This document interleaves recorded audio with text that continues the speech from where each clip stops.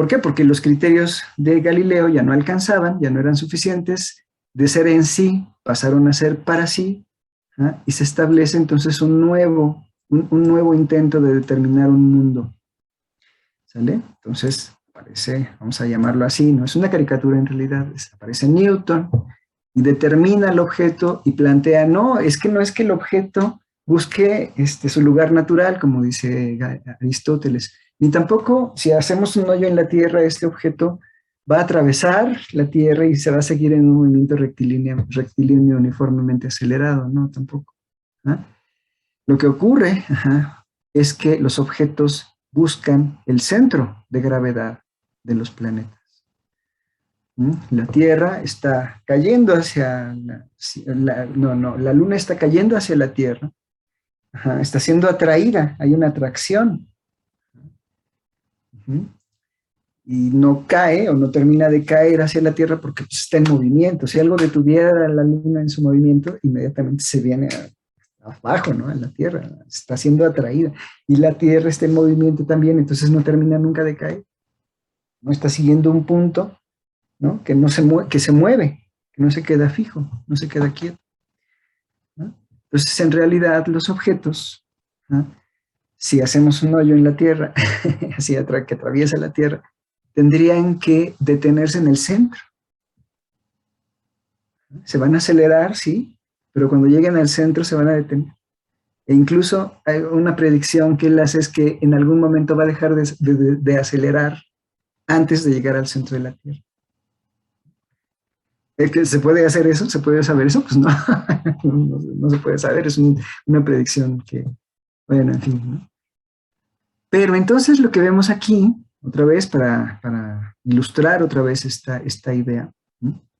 Es que sobre la base de la negación del mundo de Galileo aparece un nuevo objeto, un nuevo mundo, ¿sale? ¿Dónde está entonces la experiencia? ¿No? La experiencia parece que está aquí, ¿no? Pero Hegel nos dice, no, la experiencia, al menos en mi trabajo, en mi investigación, la experiencia es la aparición del nuevo objeto verdadero como resultado de la negación del saber anterior, ¿no? Del objeto anterior, ¿no?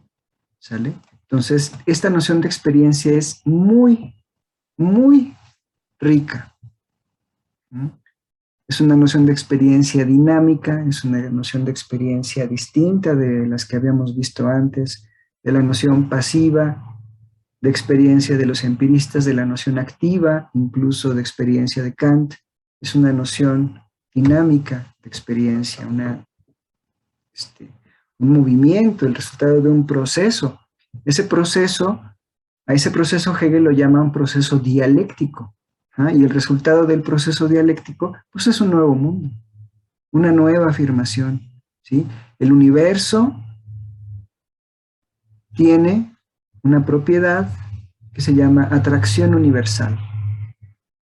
¿Y saben qué? Además, yo, Newton, tengo una fórmula para ello.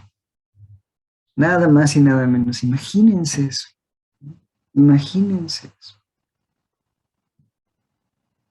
¡Qué barbaridad! Díganme si no, de verdad, hay un mundo distinto. El mundo de Galileo, que no es ya el mundo de Aristóteles, ¿no? Ha quedado completamente atrás, ¿no? Seguramente alguien está pensando ahora y quiere levantar la mano y va a decir, profe, es que es el mismo, ¿no? El mundo de Galileo y el mundo de Aristóteles es el mismo mundo de Newton. Ah, qué interesante. Eso lo podemos decir desde dónde. ¿Tú qué preguntas? Ay, no, pues así soy yo, ¿verdad? Bueno, ¿desde dónde se puede decir eso? Pues desde el final del proceso, no desde cada uno de los momentos. En cada uno de los momentos, que afirma Galileo ve un mundo distinto del de Aristóteles. Y el de Aristóteles ve un mundo, pues el mundo es distinto del de Platón, ¿sale? Entonces, el mundo es, o el objeto es, lo que el saber nos dice que es. en cada uno de estos momentos. El saber determina su objeto. Si con estos criterios no puedo establecer la totalidad del objeto, o el en sí del objeto, o lo absoluto, si quieren ustedes, entonces tengo que cambiar mis criterios. Y si cambian mis criterios, entonces también cambia el mundo. Cuando aparece el nuevo objeto verdadero, entonces a eso es lo que vamos a llamar experiencia. ¿Sí? ¿Quedó claro? No es el mismo. Decirlo así es plantearlo desde el espíritu, por ejemplo. A ver si me sale, no me salió. A lo mejor lo voy a borrar. ¿Cómo se borra esto? Ah, aquí está el borrador. Iba a dibujar el famoso ojo que ve desde el presente hacia el pasado y que pues, se evalúa desde el presente. Es que no me sale. A ver, creo que es algo así. Este es el ojo. Está viendo desde el presente hacia el pasado y dice, ah, pues este es en realidad el mismo. No, no, pero velo desde acá. Y velo desde acá. No, pues no, no es el mismo. En fin, bueno. Regreso entonces ahora, a menos que tenga alguien alguna duda, ahora. Hola, Cintia. Regreso ahora al texto. Uy, no ha avanzado nada. Este movimiento dialéctico que la conciencia lleva a cabo en sí misma, tanto en su saber como en su objeto, en cuanto brota ante ella el nuevo objeto verdadero, es propiamente lo que se llamará experiencia. Entonces, todo lo que acabo de decir es para explicar la noción de experiencia en Hegel, que no es estática, sino dinámica, que si bien es activa como la de Kant, no es absoluta, no es estática, sino que plantea la idea de que no está en el determinar al objeto, sino en el cambio que se efectúa sobre la base de la negación de esa determinación primera. Ahí es donde está la experiencia. ¿Dónde está la experiencia en última instancia, señores? En el cambio. En el cambio. Bueno, aquí a lo mejor, si, como seguramente han de imaginarse, pronto después de Hegel salieron hegelianos de derecha y de izquierda. Los hegelianos de derecha afirmaban la estabilidad, la paz, la tranquilidad, la unidad, mientras que los hegelianos de izquierda resaltaban de Hegel pues, el carácter revolucionario, la crisis, la negación, ¿no? La revolución, la inestabilidad, la ruptura. Entonces, en esto que acabo yo de decir, me vi muy hegeliano de izquierda. ¿Qué es la experiencia? Pues les pregunté y les dije, pues que no otra cosa sino el cambio. Un hegeliano de derecha diría, no. La experiencia está en el nuevo objeto verdadero, es decir, en la nueva conformación de la realidad, en la nueva estabilidad. ¿Sale? Sí, bueno, también diría, tienes razón. Sí, es complicado a veces explicar a Hegel, porque o tiende uno al punto así crítico o tiende uno al punto pacífico, ¿no? Al punto no revolucionario, sino de estabilidad. Y los dos están en Hegel. Ahora, lo que es bonito, creo yo, es que uno es el resultado del otro. La noción de experiencia en Hegel como esta nueva estabilidad, este nuevo mundo, esta nueva unidad, es el resultado de la crisis, es el resultado del cambio, es el resultado de la revolución. Entonces, están los dos presentes. ¿Vale? Yo acabo de decir, está en el cambio, pero un hegeliano de derecha diría, está en la afirmación del nuevo mundo o en la nueva afirmación que es resultado de la negación de la anterior. Bueno, diría, pues órale, sí tienes razón. Oigan, ¿tienen dudas? ¿No? ¿Están ahí? Sí. Sí. Ay, gracias. Ya pronto regresamos a las clases presenciales, ¿no? En febrero dicen que ya es casi un hecho, ¿no? Así que ya voy a poder dejar de hacerme estas preguntas de ¿estarán ahí de verdad? Bueno, por lo menos veo a Cintia, pero los demás digo, ay, caray, estarán entendiendo algo. Bueno, vamos a seguir. En esta relación, ¿cuál relación? En esta relación dialéctica, en este movimiento dialéctico, en esta relación que establece la conciencia con un objeto primero y luego un nuevo objeto verdadero, que es el resultado de la negación sobre el primero hecha sobre el primero. Hay que hacer resaltar con mayor precisión en el proceso más arriba señalado un momento por medio del cual se derramará nueva luz sobre el lado científico de esta exposición que ha de seguir. La conciencia sabe algo, y este objeto es la esencia o el en sí, pero este es también el en sí para la conciencia, con lo que aparece la ambigüedad de este algo verdadero. A ver, vamos a dejar de compartir, vamos otra vez a la pizarra. Lo que acaba de decir Hegel es el sujeto determina su objeto y al mismo tiempo lo establece, lo afirma como en sí. Pero en la medida en que sabe que es una determinación de él, en la medida en que sabe que es una determinación subjetiva, aparece una ambigüedad, ¿no? De que si es en sí, entonces ¿cómo va a ser en sí si es resultado de una determinación? ¿Es para sí? ¿Es para ella? No en sí. Entonces aparece la posibilidad al menos, ¿no? De un objeto distinto de este, un objeto 2 distinto del objeto 1, un objeto en sí que no es determinado por el sujeto, sino que existe por ahí, ¿no? Separado, fuera de la relación sujeto-objeto. El famoso problema del mundo externo. Entonces el sujeto intenta determinarlo, y al determinarlo piensa en un primer momento que es en sí otra vez. Bueno, eso es a lo que se refiere Hegel aquí. Aparece una ambigüedad, ¿no? Aparece, es en sí, pero solamente para mí. ¿Cómo es eso? ¿No? ¿Se acuerdan? En Kant eso aparece muy, muy claro, ¿no? El resultado de esta crítica de la razón pura es que no podemos conocer la cosa misma, no podemos conocer la cosa en sí, por más que para sí misma sea real. Y entonces dices, ay, pues ¿qué clase de conocimiento es ese, no? ¿O qué clase de objeto es ese que conozco, que solamente es para mí, que solamente es fenómeno? No es la cosa misma. ¿Qué busca la ciencia? Nos lo dice Hegel desde el principio. Pues determinar la cosa misma, ¿no? Determinar la realidad tal como es, ¿no? Y Kant nos dice, ¡pac!, no se puede. Hay una barrera, no se puede, ¿no? ¿Por qué no se puede, Kant? Por razones lógicas, epistemológicas, metodológicas, no se puede, ¿no? Ahí donde tú crees haber tocado la realidad misma, has tocado fenómenos. Siempre son los fenómenos, ¿no? Uy, bueno.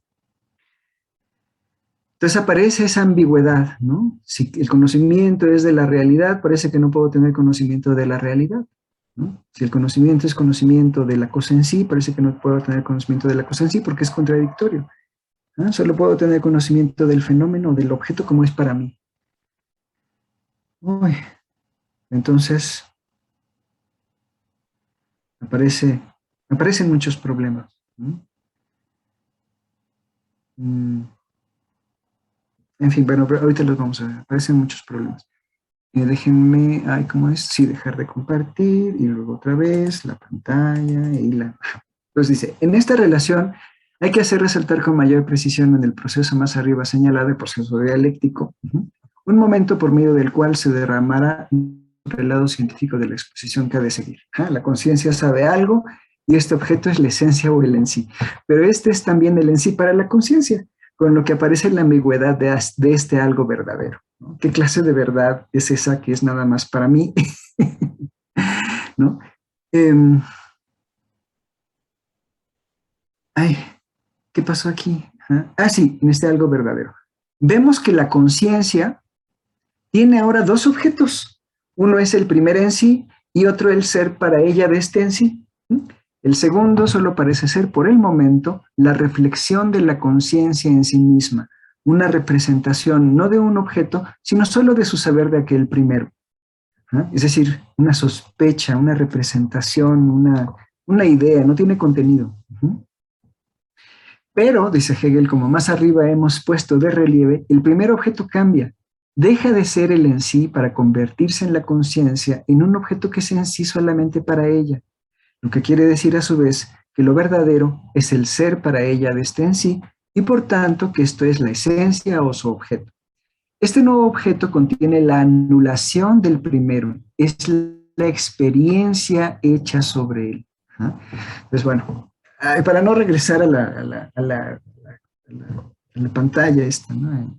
¿Ah? Teníamos la relación sujeto-objeto. El sujeto establece la distinción entre en sí y para sí, ¿no? Este primer objeto es para mí, el en sí puede ser algo separado. Una vez que primero se tiene, así como dice Hegel, ¿no? La sospecha, ¿no? De que lo que conozco no es el mundo mismo, ¿no? De que lo que conozco o del objeto no es el objeto en sí, ¿no? Entonces, se anula por el objeto que se pone separado, ¿no? El nuevo objeto, el objeto 2, que está en nuestro esquema, implica la anulación del primero. ¿No? Es la experiencia hecha sobre él. Es decir, la conciencia ya no puede ver al mundo o a su objeto de la forma como lo veía antes. ¿Sí? Ya no puede.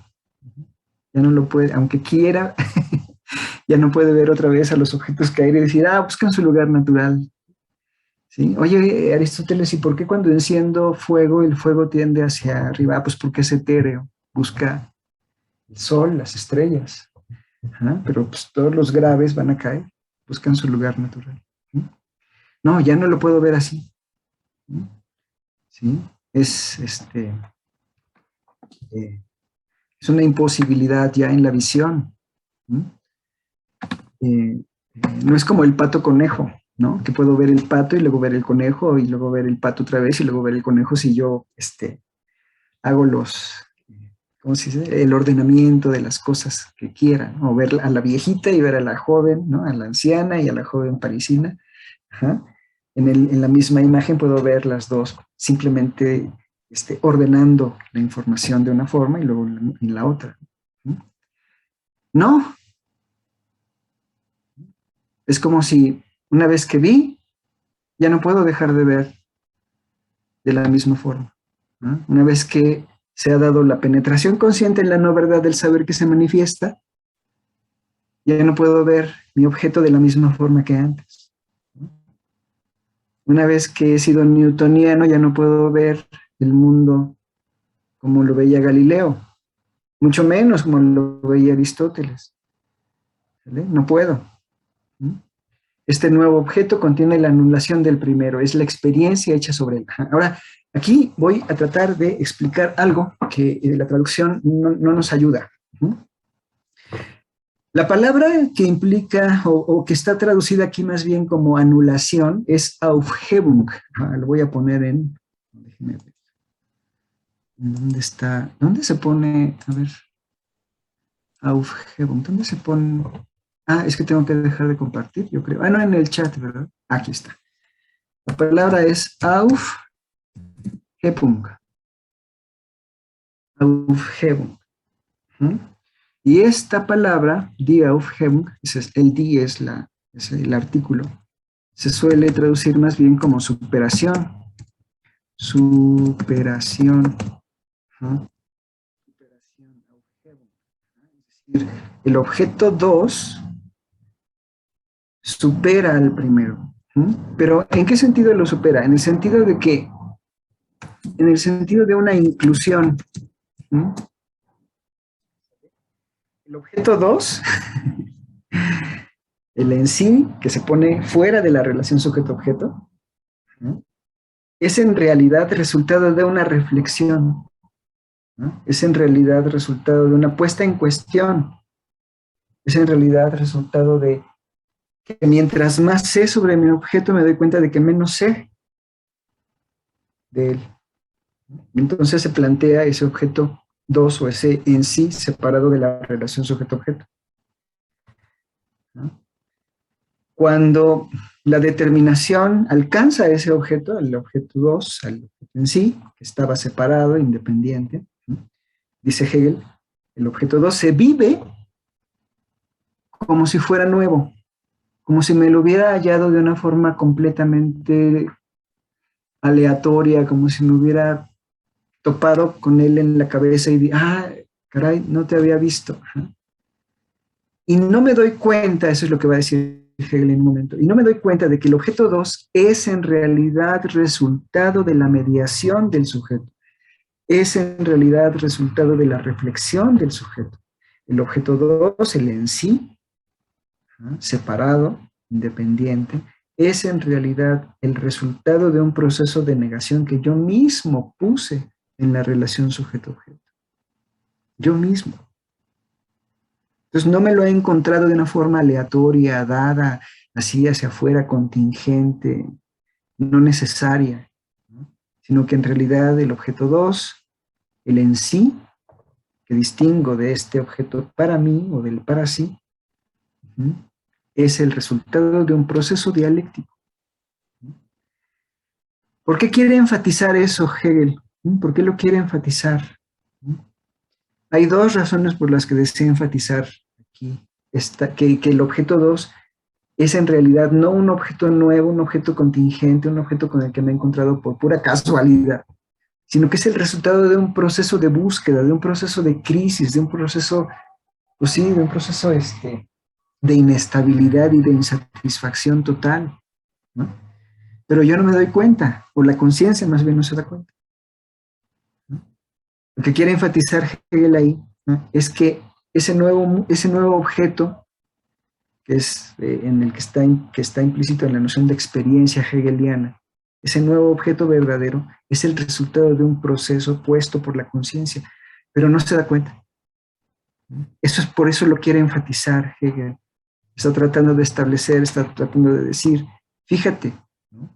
El nuevo objeto que has determinado como el objeto 2 o el objeto en sí, es en realidad resultado de una puesta en cuestión de tu conocimiento anterior. No es un objeto contingente, no es un objeto dado ahí que te encuentras por pura casualidad, no. Es el resultado de una búsqueda, ¿sí? Estaban las condiciones ahí, de alguna forma, pero no las viste. Estaban y no estaban. No podías darte cuenta. Es como, a ver, déjenme pensar, es como alguien que empieza, como yo, alguien que empieza a dejar de ver bien, ¿no? Empecé a dejar de ver bien a los 12 años, desde los 12 años uso lentes, ¿no? Pero yo, o bueno, en mi ejemplo, ¿no? En mi ejemplo, este sujeto no se quiere dar cuenta de eso y cree que ve perfectamente, ¿no? Cree que ve perfectamente. Entonces dice, no, yo no necesito lentes, yo veo perfectamente. Y claramente el mundo, sus amigos, todo le indica, ¿no? Ve las personas y no las reconoce, tiene que sentarse hasta adelante para alcanzar el pizarrón, no sé qué, pero él ve perfectamente, ¿no? Es decir, no está en condiciones de poder ver, ¿no? No está en condiciones de poder reconocer, ¿sale?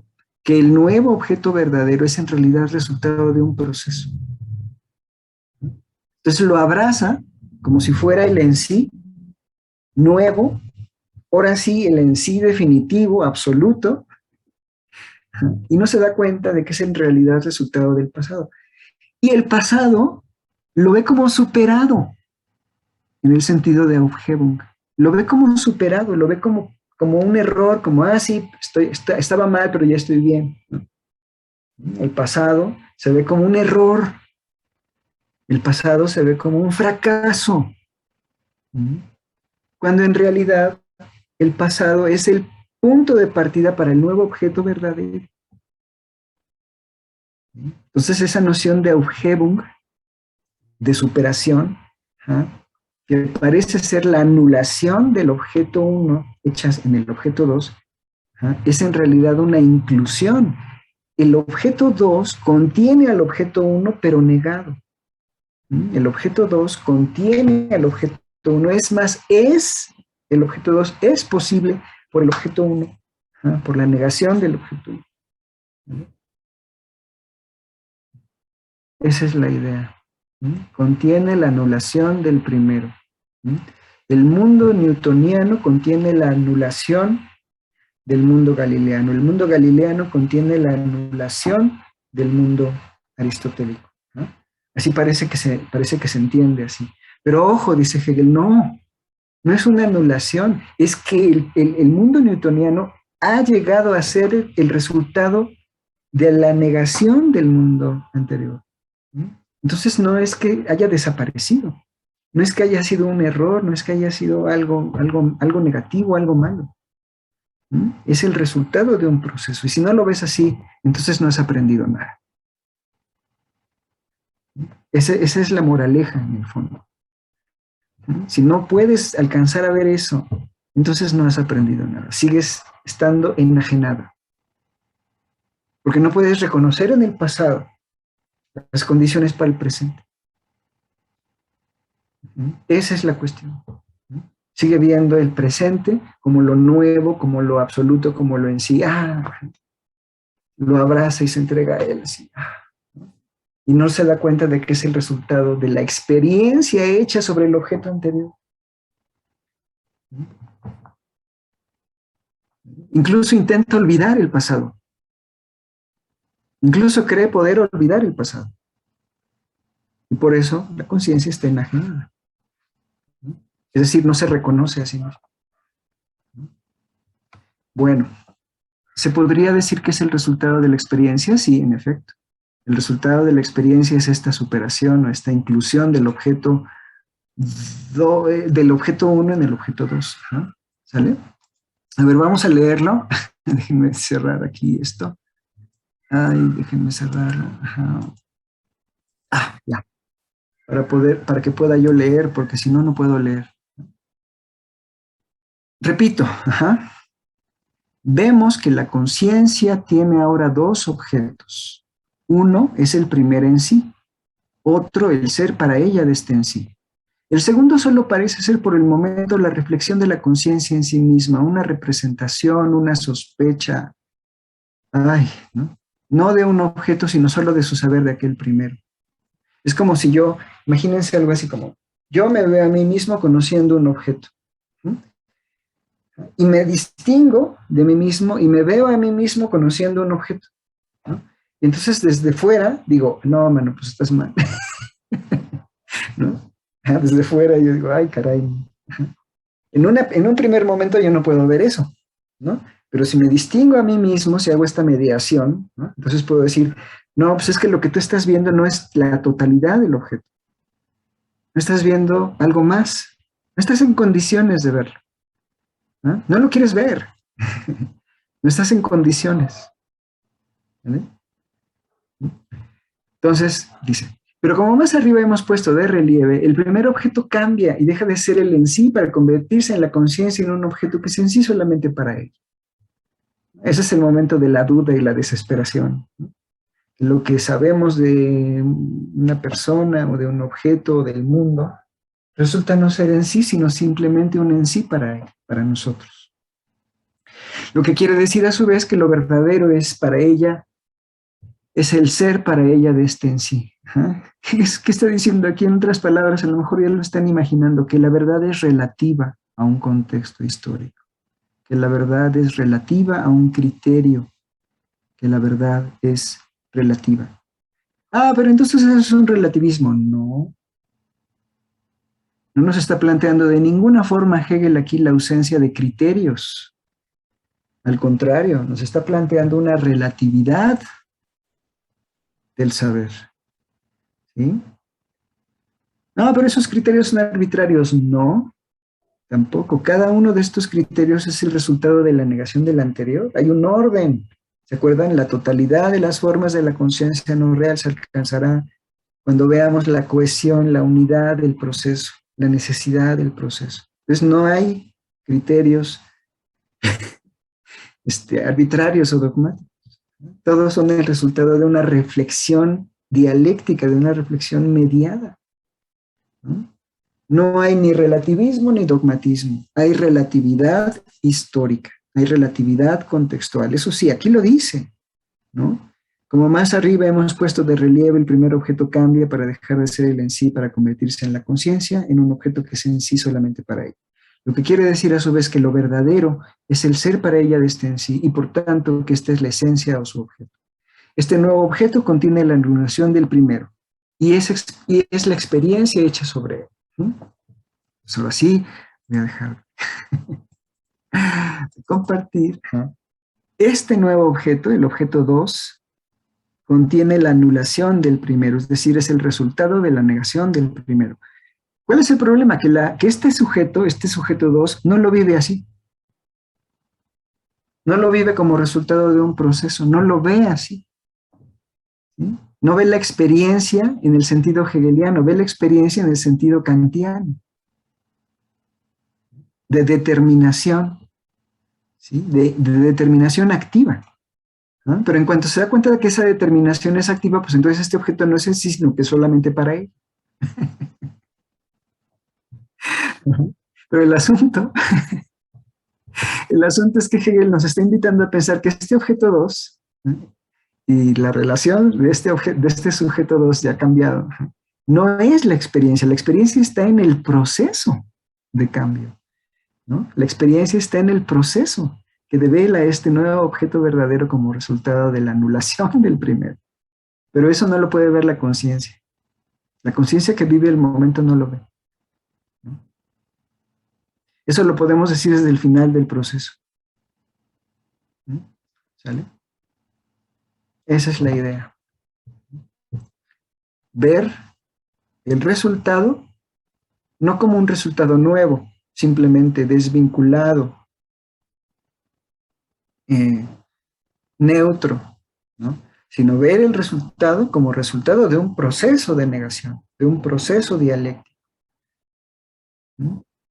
Oiga, profesor, ¿hay otra manera de explicar este desarrollo que no sea dialéctico? Sí, claro, por supuesto. Esta es solo una forma, ¿no? Otra forma muy bonita, que ojalá tenga posibilidad, oportunidad de hablarles de ella el próximo semestre, es el equilibrio reflexivo. Equilibrio reflexivo. El equilibrio reflexivo de Goodman nos plantea también una idea de desarrollo, de cambio de parámetros, de criterios, de construcción de mundo incluso, que es también muy, muy interesante, interesantísimo. Estamos en Hegel, ¿no? El resultado debe poderse entender como resultado de un proceso. En otras palabras, la conciencia no ve su nuevo objeto como un resultado, ni siquiera, ¿no? Lo ve como un objeto distinto, como un objeto distinto. El nuevo mundo. Bueno.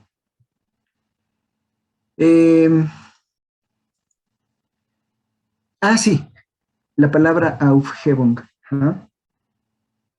La conciencia lo vive como la anulación, este nuevo objeto, ¿no? Anula el primero, ¿no? El mundo newtoniano anula el mundo de Galileo, el mundo de Galileo anula el mundo de Aristóteles, pero no. En realidad el mundo de Newton es el resultado de una mediación, una reflexión, pues, crítica, ¿no? Del mundo de Galileo. Y el mundo de Galileo es el resultado de una reflexión crítica que tardó siglos, siglos en darse, ¿no?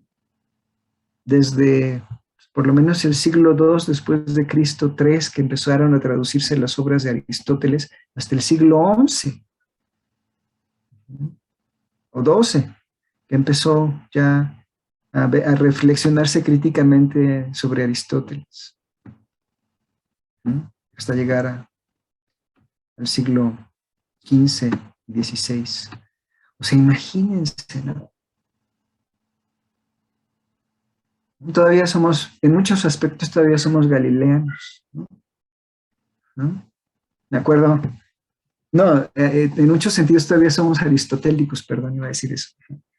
De dos objetos, uno de los cuales pesa más, por ejemplo, no sé, una piedra en mi ratón, ¿no? Si yo les pregunto cuál es el que llega primero al suelo, ¿no? Nuestro aristotelismo, nuestras intuiciones aristotélicas nos dirían, pues el que pesa más, profe, ¿no? El que pesa más va a llegar primero al suelo, ¿no? Pero no. Galileo demuestra, ¿no?, que la aceleración, la fuerza de aceleración hacia la Tierra es una constante, con independencia del peso, a menos que haya fricción del aire, resistencia del aire, entonces sí, pues una pluma, claro que no.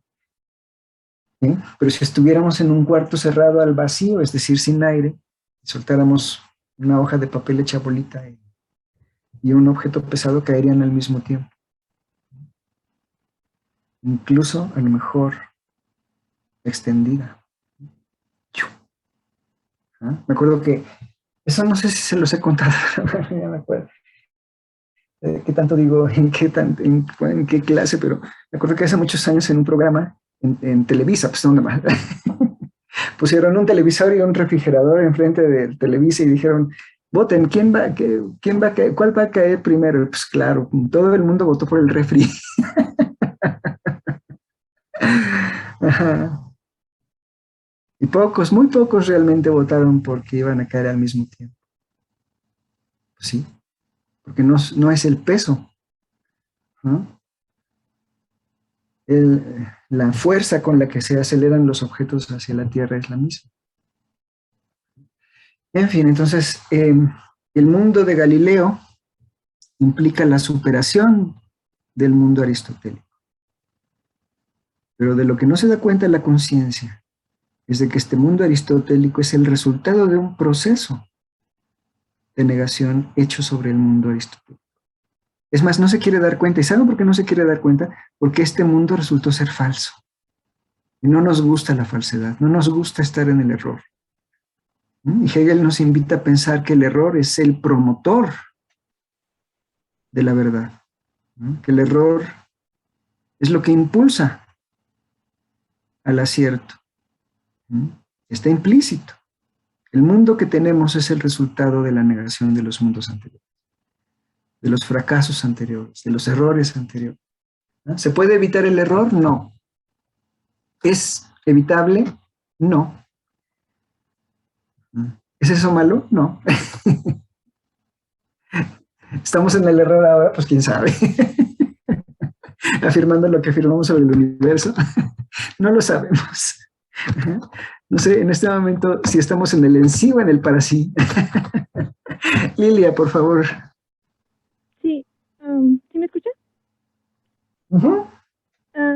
Sí. Bueno, entonces esto de que la conciencia no está en condiciones de reconocer es básicamente porque niega la negación. Niega la negación y afirma la afirmación. Sí. Sí, Uh-huh. bueno, Niega la negación, sí. pero ¿por qué hace esa como, negación? ¿perdón? ¿Por qué hace esa ¿Por qué? negación? O sea, ¿por qué, ¿Por qué hace esa negación de la negación? ¿por qué no le gusta Pues es que, el fracaso? ¿por qué no? Pues porque, déjame recordar si en Hegel hay algún pasaje que diga algo así. Pues no le gusta en general, no le gusta la pérdida, ¿no? No le gusta la pérdida del saber. Él dice muchas veces, ¿no?, en la fenomenología del espíritu, ¿no?, la conciencia se desgarra cuando pierde su saber, ¿no?, cuando se da cuenta de que su saber no es verdadero, está desgarrada, está, ¿cómo lo llama también? Pues abismada o algo así, ¿no?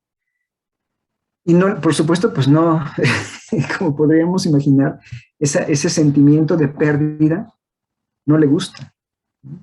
Incluso vimos hace poco unos mecanismos que, según Hegel, la conciencia pone para evitar la pérdida de su saber, ¿no?, para evitar afrontar la negación, aceptarla, y pues que aparezca este nuevo objeto. Es la negación del cambio, en realidad es la negación del progreso, o de, bueno, ¿no?, del progreso del cambio, ¿no? ¿Sale? Ahorita todavía no habla de progreso, aquí solo es cambio, ya después vendrá esa palabra y veremos por qué, ¿no? Esa es la razón, no recuerdo algo más, ¿no?, al respecto. No le place perder el objeto, no le place la negación. Cuando se da cuenta de lo nutritivo de la negación, cuando se da cuenta de que su desarrollo, el desarrollo del saber es dialéctico y la realidad misma también es dialéctica, es al final del proceso. Cuando cobra conciencia de la dialéctica, entonces la conciencia se eleva al espíritu. Entonces ahí podríamos decir, deja de considerar la negación como algo negativo, deja de considerar el error como algo negativo, la falsedad como algo negativo. ¿Vale? Esa sería la respuesta, Lilia. Ok, profe, gracias. De nada. Bueno, entonces continuamos. Continuamos. Dice entonces, el segundo objeto, sí, este nuevo objeto contiene la anulación del primero. Es la experiencia hecha sobre él. Entonces la noción de experiencia implica eso, ¿ven? ¿No? La noción de experiencia implica pérdida, ¿no? En la noción de experiencia kantiana no tenemos eso. En la noción de experiencia humeana tampoco, ¿no? Ganancia mediada por la pérdida. Estabilidad mediada por la revolución, por la crisis. Afirmación condicionada por la negación. Eso es lo que implica la noción de experiencia. Bueno, en esta exposición del curso de la experiencia hay un momento por el que la noción de experiencia, no parece coincidir con lo que se suele entender por experiencia. Aquí viene la crítica, que ya les dije. ¿Qué es lo que se suele entender por experiencia? Pues lo que entiende Hume, lo que entiende Kant. ¿Sí? En el caso de Hume, como les decía hace un momento, la experiencia es entendida de una forma pasiva, ¿no? Como la arcilla que es moldeada por experiencia, ¿no? Y en el caso de Kant, como una síntesis entre el contenido material y la forma del fenómeno, ¿no? Las formas, ¿no?, que son el lado activo del sujeto, ¿no?, una síntesis entre lo dado y lo opuesto. Entonces dice Hegel aquí, en esta exposición del curso de la experiencia hay un momento por el que esta no parece coincidir con lo que se suele entender por experiencia, antes de mí, ¿no? En efecto, la transición del primer objeto y del saber de este al otro objeto, aquel sobre el que se dice que se ha hecho la experiencia, se entiende de tal modo que el saber del primer objeto o el ser para la conciencia del primer en sí debe llegar a ser el segundo objeto. Debe llegar a ser el segundo objeto. Eso es lo que dice Hegel. Debe llegar a ser el segundo.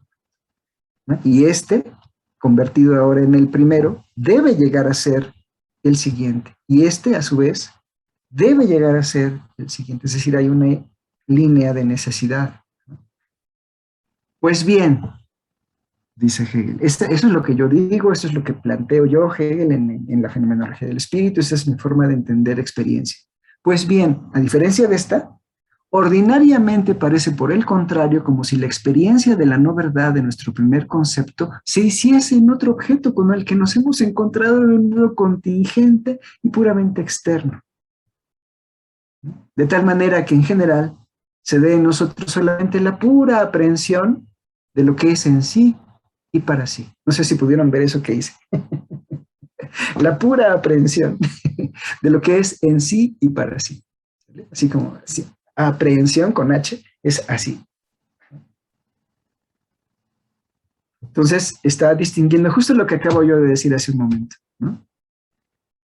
En la noción de experiencia de Hegel, ¿no?, el objeto 2 contiene la anulación del primero. Es decir, el primer objeto se ha hecho una negación, ¿no?, que lo incluye en el segundo, ¿no? Y dice Hegel, se entiende por esta razón que el segundo que debe llegar a ser sobre la base de la negación del primero. ¿no? Y el objeto 3 debe llegar a ser sobre la base de la negación del segundo, y así, ¿no?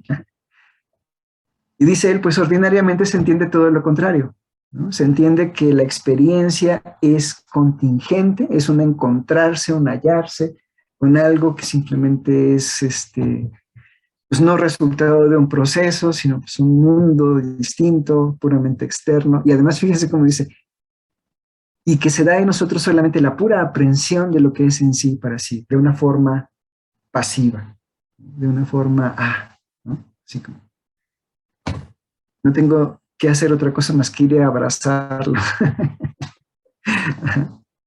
Y luego fíjense lo que dice Hegel, pero, subrayen, ¿no? Pero en aquel punto de vista señalado, ¿cuál punto de vista señalado? El mío, el Hegel, claro. El nuevo objeto se revela como algo que ha llegado a ser por medio de una inversión de la conciencia misma. ¿Mm? El nuevo objeto verdadero se revela como algo que ha llegado a ser por medio de una reflexión crítica, por medio de una revisión no pasiva, sino activa de la conciencia. Una inversión de la conciencia. Y la noción de inversión de la conciencia está en cursivas, lo cual quiere decir, como hemos visto en otros lados, ¿no? En la fenomenología, en la introducción, que es un concepto técnico. ¿Sí? Una inversión de la conciencia, o la noción de inversión de la conciencia implica reflexión crítica, en efecto, ¿no? Implica la negación, ¿no? Implica un modo de apropiarse de su objeto que implica darse cuenta de que no lo poseo todo, ¿no? Que la determinación implica la indeterminación, que la condicionalización implica lo que no está condicionado, ¿no? Entonces, esa inversión de la conciencia es la mediación, ¿no? Es ese momento, ¿no? Veo a Ricardo conociendo a su objeto, no sé si lo puedan ver porque yo no veo mi cámara, ¿no? Veo a Ricardo, soy Ricardo conociendo a mi objeto, pero también puedo distinguirme de mí mismo y ver a Ricardo conociendo a su objeto y diciendo, no, pues pobre de ti, porque no tienes ni idea, ¿no? Eso que tú ves como una determinación plena y perfecta, oh, hombre, te falta mucho. ¿Sí se ve? Esa distinción la establece la conciencia. ¿Sí? Entonces, dice Hegel, ¿no? Ordinariamente parece como si la experiencia se hiciese en objetos externos e independientes, ¿no? En objetos externos con los que nos hemos encontrado de forma casual, ¿no? Contingente. Y usted, Hegel, nos dice que ese objeto en realidad es resultado de un proceso de necesidad, de un proceso necesario. Por favor, ¿puede explicarnos un poco eso? ¿Mm? Y Hegel nos dice esto. Voy a repetir lo que dice, ¿no? En aquel punto de vista señalado, el nuevo objeto se revela como algo que ha llegado a ser por medio de una inversión de la conciencia misma. Este modo de considerar la cosa lo añadimos nosotros. Y gracias a él se eleva la serie de las experiencias de la conciencia a proceso científico. Aunque este modo de considerar la cosa no es para la conciencia a que nos referimos. ¿Sí? A ver. ¿Qué está diciendo Hegel aquí? Este modo de considerar la cosa como una unidad, como un proceso necesario, ¿no? Lo añadimos nosotros. ¿Desde dónde? Cuando Hegel habla de nosotros, es el final del proceso, ¿no? Nosotros, Hegel y sus lectores, ¿no? Lo añadimos nosotros y gracias a él se eleva la serie de las experiencias de la conciencia a proceso científico, aunque este modo de considerar la cosa no es para la conciencia a que nos referimos. En efecto, la conciencia que vive cada uno de los momentos va a decir, este mundo es distinto. No tiene nada que ver con el mundo anterior. El mundo de Galileo, siendo yo Galileo, este mundo que afirmó no tiene nada que ver con el mundo de Aristóteles. Nada. Y me ofenden si piensan que tiene algo que ver, ¿no? Y el de Newton diría lo mismo, ¿no? El mundo que estoy planteando yo, este objeto, este conocimiento, es completamente distinto, diferente del mundo anterior. Y yo ya no quiero saber nada del mundo anterior, ¿no? Porque ha sido negado, porque ha sido falso, porque ha sido un error. ¿Sale? ¿Sí? Entonces, la conciencia que vive el momento no lo ve como resultado, simplemente no puede verlo como resultado. ¿Mm? Lo ve como una afirmación distinta, como una nueva afirmación. Cuando digo nueva afirmación, pongan eso en cursiva, si pueden, o subrayan, una nueva afirmación. ¿Y qué quiere decir que es nueva? Quiere decir que es independiente, quiere decir que es distinta, ¿no? Cuando en realidad, estando al final del proceso, ese ojito que pongo ahí, ¿no? Estando al final del proceso podemos ver, no, mano, pues es que el objeto 2 es el resultado de la inversión de la conciencia hecha en el objeto 1. Y el objeto 3 es el resultado de la inversión de la conciencia hecha en el objeto 2. Y así. ¿Vale? De manera que, llegando hasta el final del proceso, el mundo que tenemos, lo que sabemos del universo, es el resultado de un proceso dialéctico. Específicamente, no sé si conozcan ustedes esta discusión, de una discusión entre el universo, la visión estatista o estática del universo y la visión de que el universo se está expandiendo. El propio Einstein sostenía la versión estática, ¿no? Y sus oponentes, ¿no?, decían que de la teoría de la relatividad se seguía que que el universo se estaba expandiendo. Entonces ahí, ¡ay caray! ¿no? Ahí también podemos ver, ¿no? ¿Sí? El universo en expansión es el resultado de una inversión de la conciencia hecha en el universo entendido de la forma estática. Einstein tuvo que reconocer posteriormente que estaba en el error, que se había equivocado. Que sí, en efecto, de su propia teoría se seguía que el universo estaba expandiéndose. Entonces, ¿no?, es el resultado de un proceso, ¿no? Y parece, a primera vista, dice Hegel, como si la conciencia se encontrara con las cosas, ¿no? Como si la conciencia se encontrara con el nuevo mundo de una forma completamente contingente, fortuita, como una mera casualidad, ¿no? Y lo que dice Hegel es no, es el resultado de una búsqueda, de una puesta en cuestión, ¿no? ¿Sale? Solo que no se da cuenta. Por eso dice Hegel, este modo de considerar la cosa, es decir, como el resultado de una inversión de la conciencia, de una mediación, de una reflexión crítica, ¿no?, lo añadimos nosotros hasta el final, y es lo que hace que la serie de las experiencias se eleven a proceso científico, es decir, que tengamos unidad, una unidad guiada por la necesidad, ¿no? ¿En dónde encontramos esta explicación antes? Bueno, pues Hegel nos habló un poco de esto antes cuando habla de la negación absoluta y la negación determinada. ¿Se acuerdan?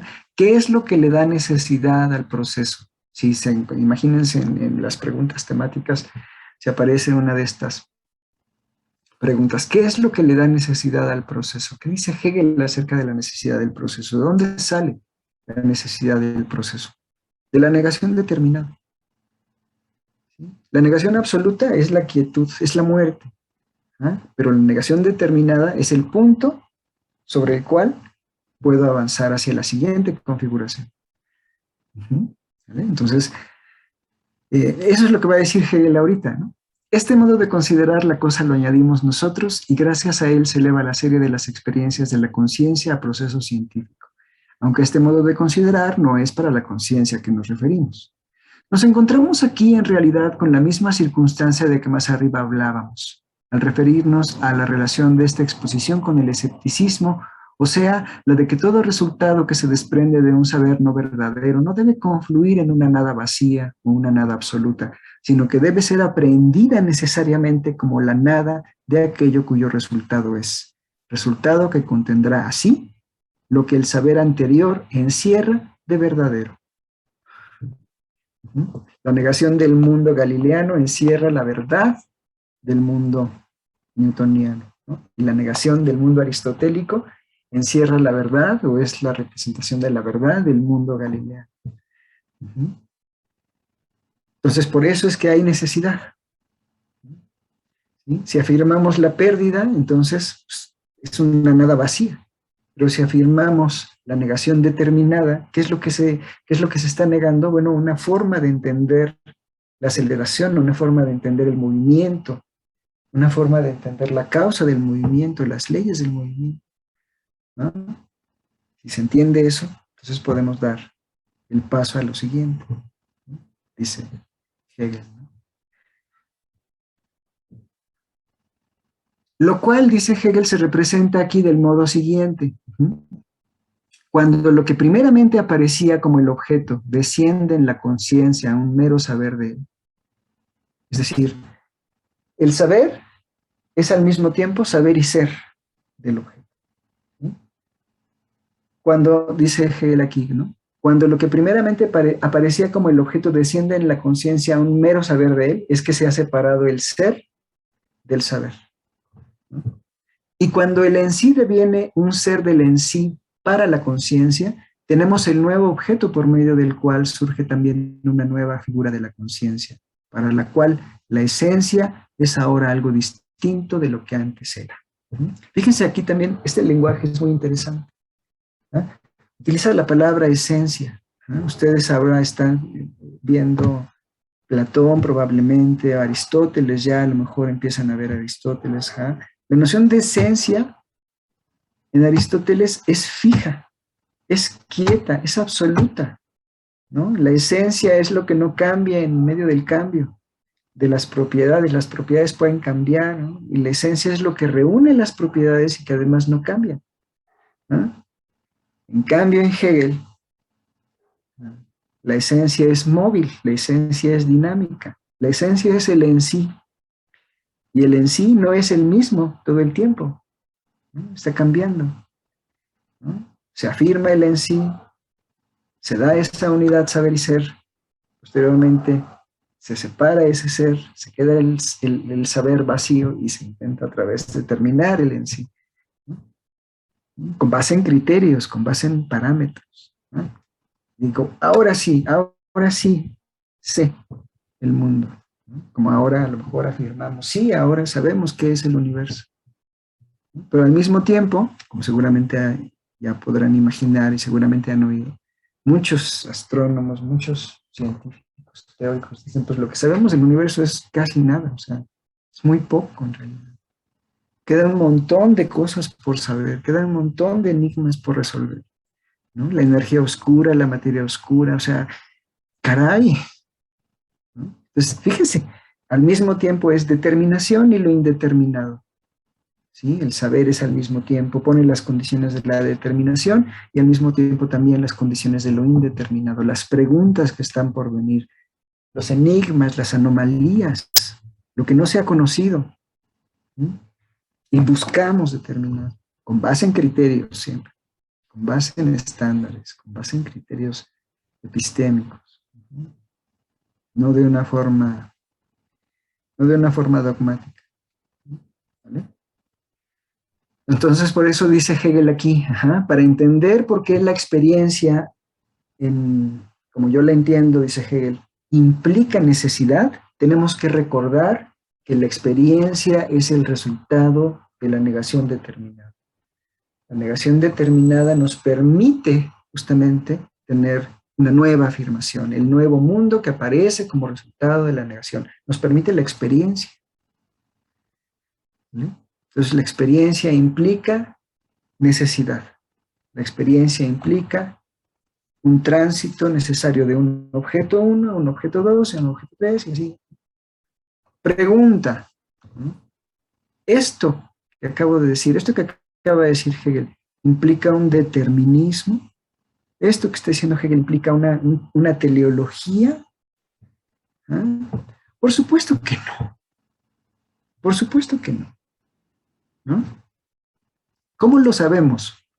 ¿Por qué, profesor? ¿Por qué dice eso? ¿Por qué dice que no? Pues porque como bien lo dice Hegel, no lo digo yo, está aquí, lo acabamos de leer, este modo de considerar la cosa lo añadimos nosotros, estando al final del proceso. La conciencia que está en el proceso, la conciencia que está en cada uno de los momentos, no tiene ni idea hacia dónde se dirige, ni idea.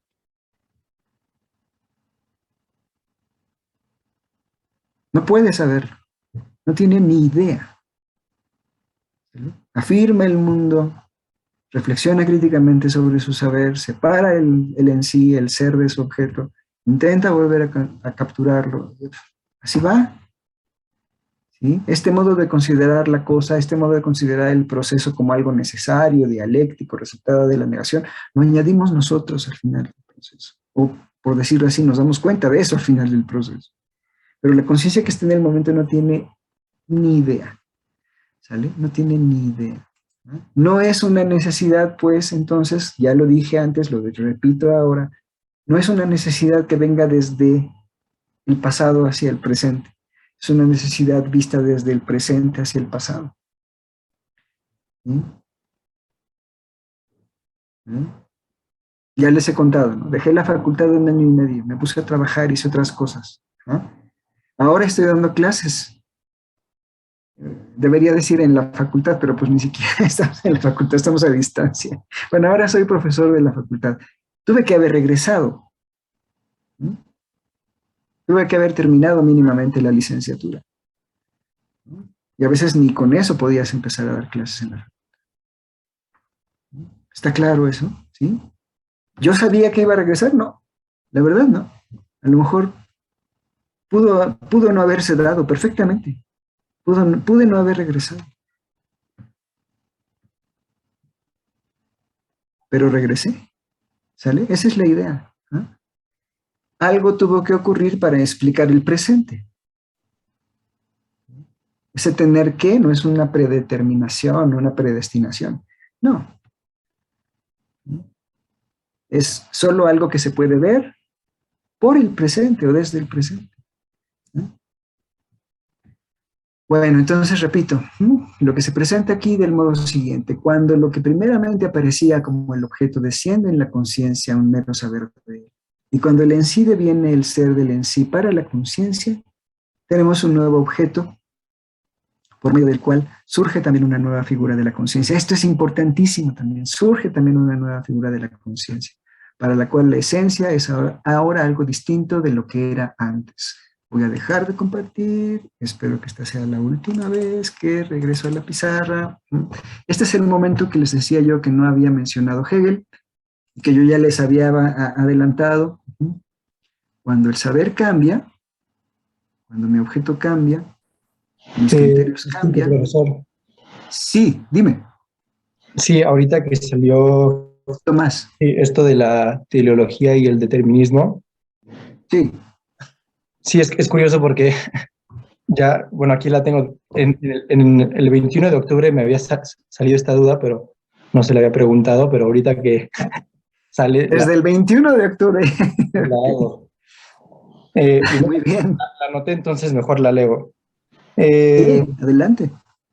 Y bueno, empieza como con un pequeño comentario. Hegel Sí. cree, bueno, según mi lectura, en los 3 semestres que llevo en la carrera, Hegel cree en el progreso. En palabras más precisas, es un optimista que cree que nos vamos a ir superando en el ámbito científico, político, etcétera. Y aquí no es necesario que haya aquí una especie de determinismo, porque si le dejamos el proceso, porque si le dejamos la suerte a la contingencia, podría haber retroceso, y no sé si Hegel aceptaría eso. Sí, no, sería como cederle al destino, ¿no? Cederle a algo externo al proceso, ¿no? Algo que no es conciencia, el desarrollo hacia el progreso, o hacia la verdad, o hacia la meta. Sí, no, aquí en el proceso, para Hegel, todo depende de la conciencia. Es para la conciencia si su objeto cambia, si no. Al final del proceso tú puedes ver, bueno, todo lo que ocurrió tuvo que ocurrir para explicar el presente, ¿no?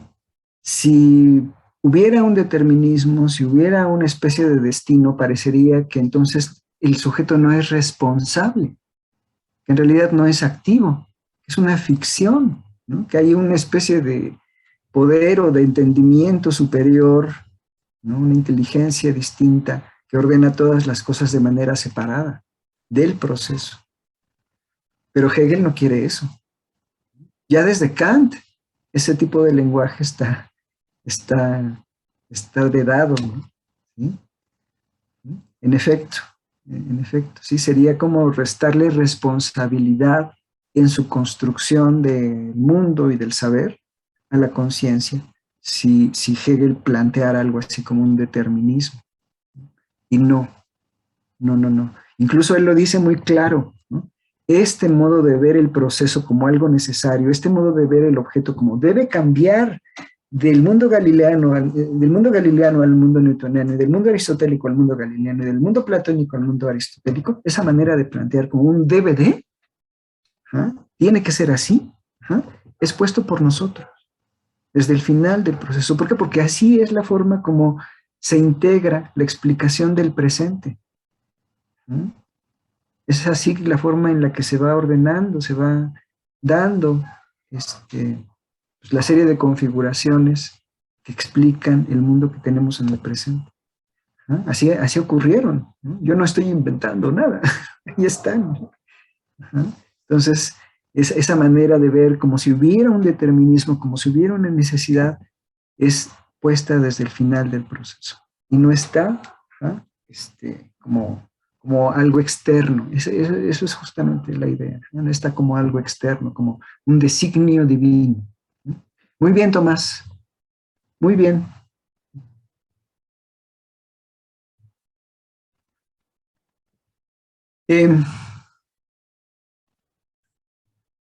¿Continúo? ¿Sí? ¿Alguien quiere añadir algo más? ¿Continúo? ¿Sí? A ver, quedan 15 minutos. Sí.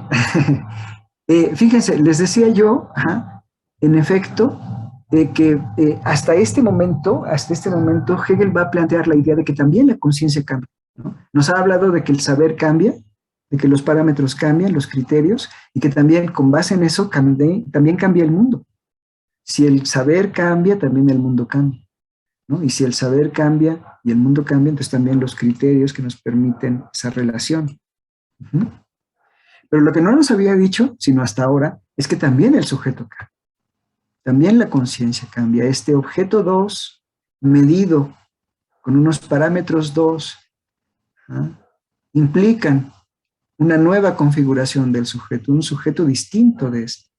Ahora, el asunto, como seguramente han de imaginarse, es que este sujeto no se vive a sí mismo como otro, sino como él mismo.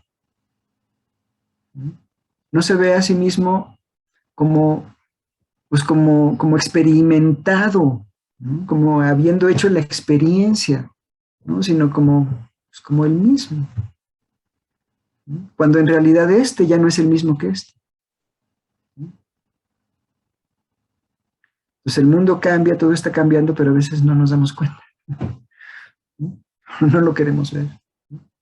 Y este objeto 3, que es el resultado también de la experiencia hecha sobre el objeto 2, el mundo newtoniano hecho sobre la negación del mundo galileano, implica unos nuevos parámetros, unos parámetros distintos, ya no ingenuos, ya no metafísicos, y este sujeto, esta conciencia, pues ya no es la misma, ¿no? Es otra, ¿no? Entonces, aquí podríamos decir, pues hay una conciencia diferente, ¿no? Que se distingue, pero que al mismo tiempo implica la superación, implica la Aufhebung hecha sobre el anterior. Aufhebung no quiere decir que se borre, ¿no? Como si aquí le doy clic al borrador y borro todo esto, ¿no? Y esto es lo que tenemos que investigar, no.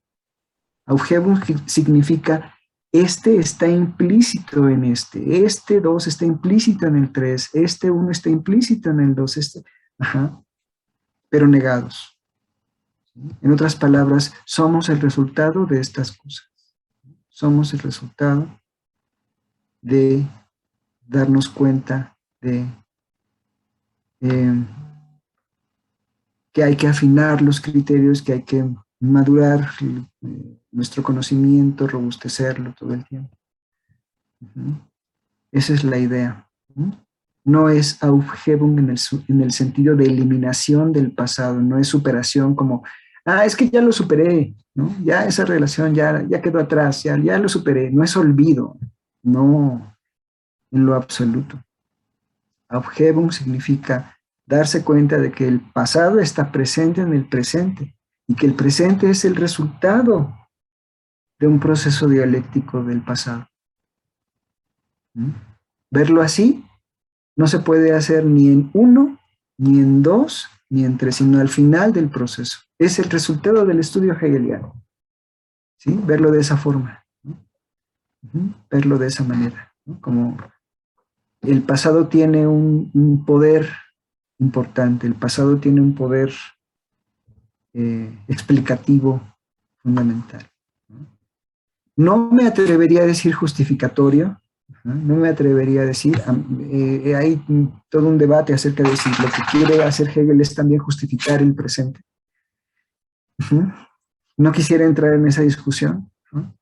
Pero es algo que es una intuición que sí se va a tener en los 60 del siglo pasado, en 1962 y adelante, ¿no? De que el pasado, además de, o la historia, además de explicar la ciencia que tenemos, también justifica, ¿no? lo que hacemos, ¿vale?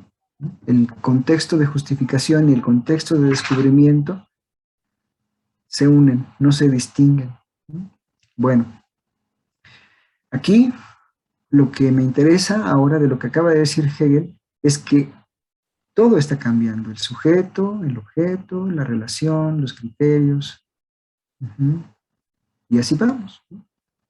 Este objeto se distingue como es en sí, a ser un en sí para la conciencia, y entonces el en sí se plantea como algo independiente, fuera de esta relación, ¿sí? Y el sujeto va a intentar determinarlo. Así, hasta el final del proceso. A ver, me quedan 10 minutos. Voy a regresar. Me parece un ping-pong esto. Voy a regresar al texto. Es esta circunstancia, a ver, espérenme, ¿dónde nos queda? Lo cual se presenta aquí, la conciencia, sí, pues para la cual la esencia es ahora algo distinto de lo que era antes, ¿no? Siempre se pone como algo fuera. Primero sí lo abraza, lo aprende, y luego lo plantea como algo fuera, ¿sí? Como si estuviera detrás del fenómeno, ¿no? Y que además, como dice en algún momento Hegel, parece que ya no puede ir más allá, ¿no? No puede, en un sentido fisiológico, lógico, psicológico, o sea, no puede, ¿no? Y lo que dice Hegel es, esa decisión es una decisión de la conciencia, si corresponde o no su conocimiento con él. Tenemos que preguntarnos ahora, ¿corresponde o no? ¿No? Lo que sabemos del universo, de la materia, de la energía, ¿corresponde o no? Ay, ¿no? Es esta circunstancia, dice Hegel, la que guía en su necesidad a toda la serie de las figuras de la conciencia. Y es solo esta necesidad misma o el nacimiento del nuevo objeto el que se ofrece a la conciencia sin que ésta sepa cómo ocurre. Es decir, este nuevo objeto, este nuevo mundo, parece como si se lo toparan, ¿no? Como si se diera en la cabeza con él, sin que, es decir, no sabe cómo ocurrió, lo que para nosotros ocurre, por decirlo así, a sus espaldas. Es decir, para nosotros, al final del proceso, lo que vemos es que la conciencia se va encontrando con objetos nuevos, con mundos nuevos, cuando en realidad nosotros desde el final del proceso podemos ver que es el resultado de la negación del mundo anterior. Ese proceso ocurre a sus espaldas. No se da cuenta de ello. Y es justo el momento del espíritu, cuando la conciencia alcanza el espíritu, cuando se da cuenta de que todo eso que había vivido como mundos nuevos, mundos distintos, y todo lo demás lo borraba e intentaba borrar o así, en realidad es lo que la constituye, ¿no? Ella es su saber, ella es su mundo, y su saber no está quieto, ni su mundo está quieto, es el resultado de toda la reflexión hecha desde el principio hasta el final. Eso es la conciencia. Se produce así, en su movimiento, un momento del ser en sí o ser para nosotros, momento que no está presente para la conciencia que se halla por sí misma inmersa en la experiencia. Es decir, el Ricardo de 40 y pocos no está presente en el Ricardo de 18. El Ricardo de 18 vive el mundo como un muchacho de 18, ¿no? Y el que entró a la facultad, el que empezó a dar clases como ayudante profesor, el que finalmente después se quedó con un curso, ajá, viven su mundo en sí, ¿no? Viven así, ¿no? No está presente para ellos, ni para el 18, ni para el de 26, ajá, el Ricardo de 40 y pocos, ¿no? Sin embargo, el Ricardo de 40 y pocos sabe que el de 18 y el de 26 tienen que llegar a ser el de 40 y pocos.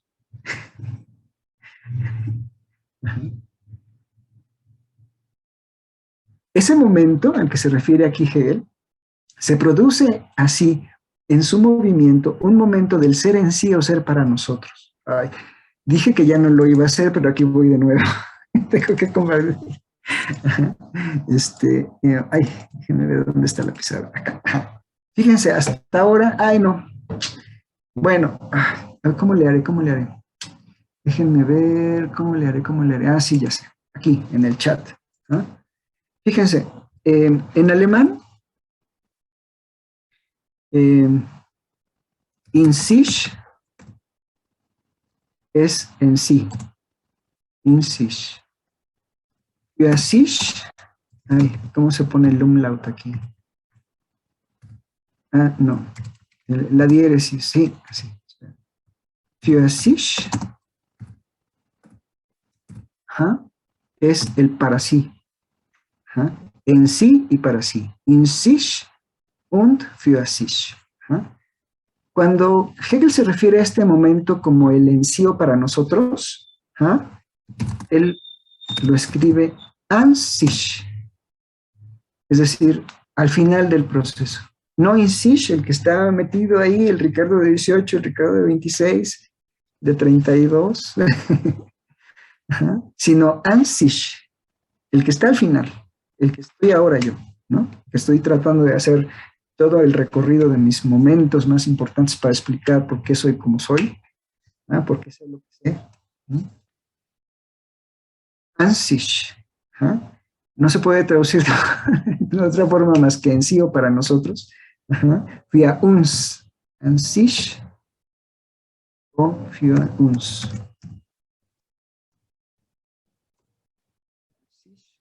Oder für uns. Entonces, in sich es en sí, für sich es para sí. An sich es el en sí que está al final. Es esta nueva determinación en la que estoy ahorita, la que cada uno de ustedes está ahorita, la que tengan. Algunos tienen 20, otros tienen un poquito más. ¿Vale? Es su momento, el momento en el que están ahorita, ¿no? Y desde el cual podrían, si quisieran, hacer este recorrido, desde esos momentos que los marcan para ser lo que son, y entonces llega el in sich a ser an sich, o für uns, ¿no? Es decir, para nosotros. ¿Quiénes están ahí? Hegel y sus lectores. Entonces a ver, déjenme bajar esto. ¿Sí lo vieron? Perdón. Sí, lo vieron en el chat. ¿Sí? Ah, perfecto. Sí. Este an sich o für uns es esto que estoy marcando ahorita. Este ojito que está desde el presente viendo hacia el pasado es el an sich o für uns. Para nosotros, Hegel y sus lectores, 1807. Pero no está presente, dice Hegel, y dice bien, este momento no está presente para la conciencia que está viviendo los momentos. El Ricardo de 5 no ve el Ricardo de 40 y pocos, el Ricardo de 18 no tiene ni idea, el que entró a la facultad no tenía ni idea hacia dónde ir su vida. Salud, Rosel. Mi perro, perdón. Y así, ¿no? Incluso ahora mismo yo no sé. Soy hegeliano, ni modo. Incluso yo ahora mismo en este an sich no sé qué es lo que viene. Nadie sabe, qué bueno. Pero al mismo tiempo para Hegel es la meta, ¿no? Ese momento en donde la conciencia se da cuenta de que todo el proceso culmina en su identidad en que su saber y el objeto corresponden con ella, con la conciencia, esa es la meta, ¿no? Ahí termina la historia, ¿no? Y se caricaturizó eso como de, ay, Hegel dice que ahí se acaba la historia universal. No, pues ahí se acaba el desarrollo que está construyendo, que está describiendo, ya, nada más. Ahí se acaba la historia, pues sí. No puede seguir, ¿sí? La fenomenología no puede ir más allá de los fenómenos, ¿no? ¿Sí? La fenomenología del espíritu explica el espíritu, no puede ir más allá del espíritu. ¿Sí? No podía decir siquiera Hegel, pues lo que sigue es la negación de todo lo que estoy diciendo, ¿no? La negación de esta posición idealista, ¿no? No puedes decir tampoco nada así, como si fuera una varita mágica, viene un materialismo, viene un positivismo lógico, viene un acento en la filosofía analítica, ¿no? La negación de Hegel, ¿no? La negación de lo que estoy planteando, no puede hacer. ¿No?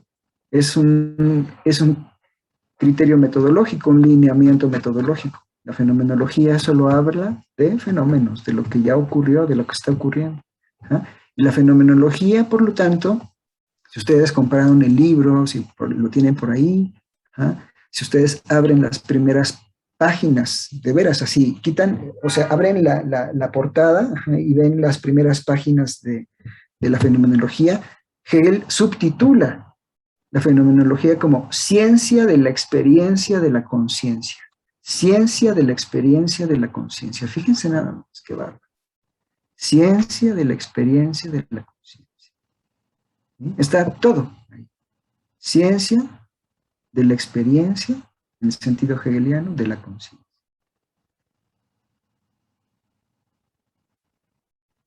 Ese título está bien bonito. Claro, pero es oscurísimo. Y prefirió llamarla fenomenología del espíritu, que está igual o peor. Pero suena mucho más padre, ¿no? En fin, bueno. Oigan, pues ya son las 6, casi terminamos. Casi terminamos. ¿Sí? Ya nada más nos quedan 2 párrafos. Entonces, híjole, bueno. Pues sí, ya son las 6.